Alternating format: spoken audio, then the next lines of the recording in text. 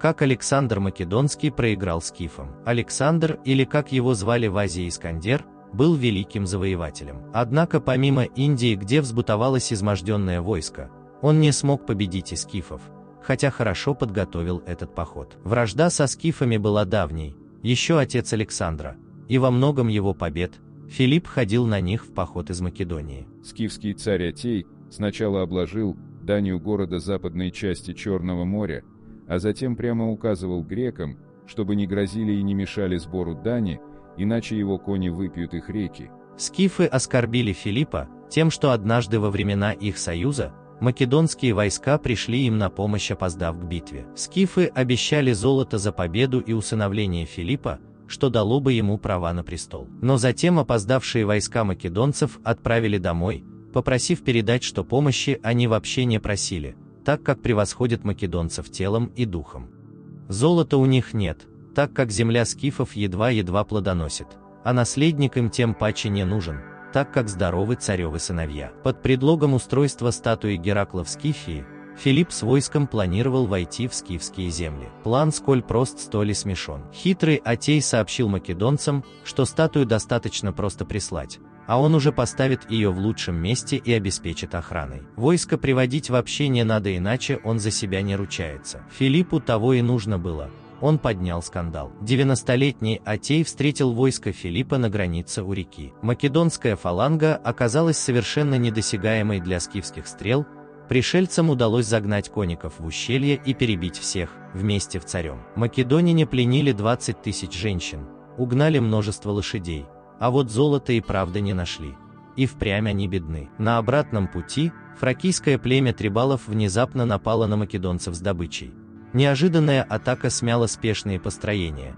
Южане позорно бежали, бросив награбленное, а сам Филипп получил тяжелое ранение, оставшись хромым на всю жизнь.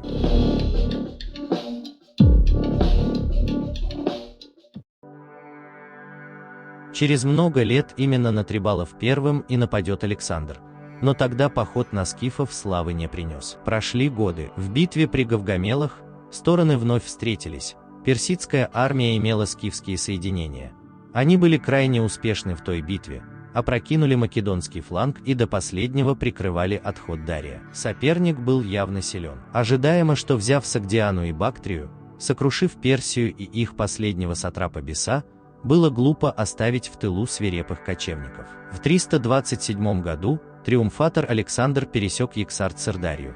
Его армию составляли и македонцы, и персидские лучники, и легкие сирийские пращники. Это была вторая часть его плана по захвату скифов. Александр учел опыт персов, которые вторглись в Скифию с Дуная, были втянуты в бесплодную гонку по их нищим степям, а когда те выдохлись, скифы напали и разгромили гигантскую армию. Дарий покрыл себя позором и стал предметом шуток навека, так как, имея миллионную армию, спасался бегством. Земли скифов неизвестно где кончаются и начинаются.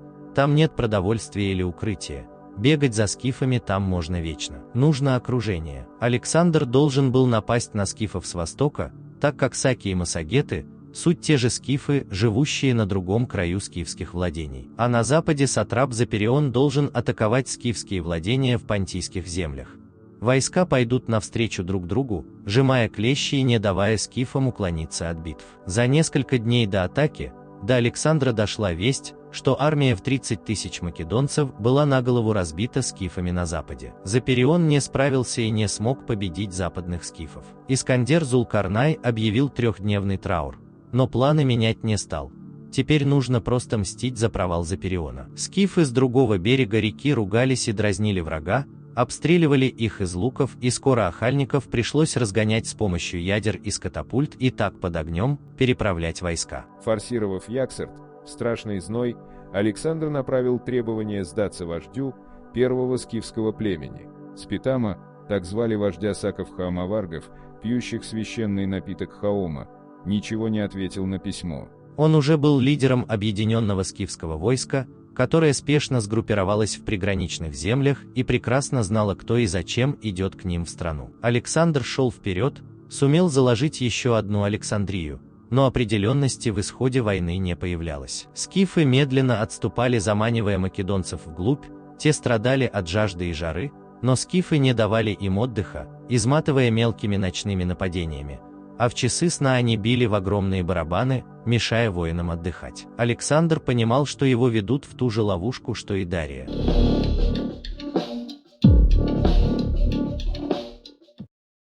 Ариан пишет, что колдуны скифов однажды ночью атаковали лагерь македонцев даже с помощью взрывающихся огненных шаров. Вероятно, это был китайский порох, который скифы помещали в полотняный мешок и, поджигая стрелы, выпускали ее во врага. Македонцы были упорны. Когда скифы нападали, войско моментально строилось в фалангу и замирало в обороне. Атаковать кочевники не решались, но и македонцы не теряли людей под стрелами. Ночами скифы постоянно били в огромные барабаны, не давая пришельцам спать, а также передавая друг другу какие-то сигналы. Мрачный Александр понял, что истратит все силы и ресурсы, как и Дарий. Македонцы начали медленно отступать назад. Враг пасует, скифы начинают усиливать прессинг на македонцев. Однако они все еще занимали Самарканд. Скифы осадили его и стали выманивать врага в поле для битвы. Им помог подход основных сил Александра к городу. 2000 фалангитов из авангарда были застигнуты врасплох. На них напали уже не просто скифские стрелки, а тяжелая сакская кавалерия, закованная в броню. Спитама вел их в бой, и ни один македонец не выжил.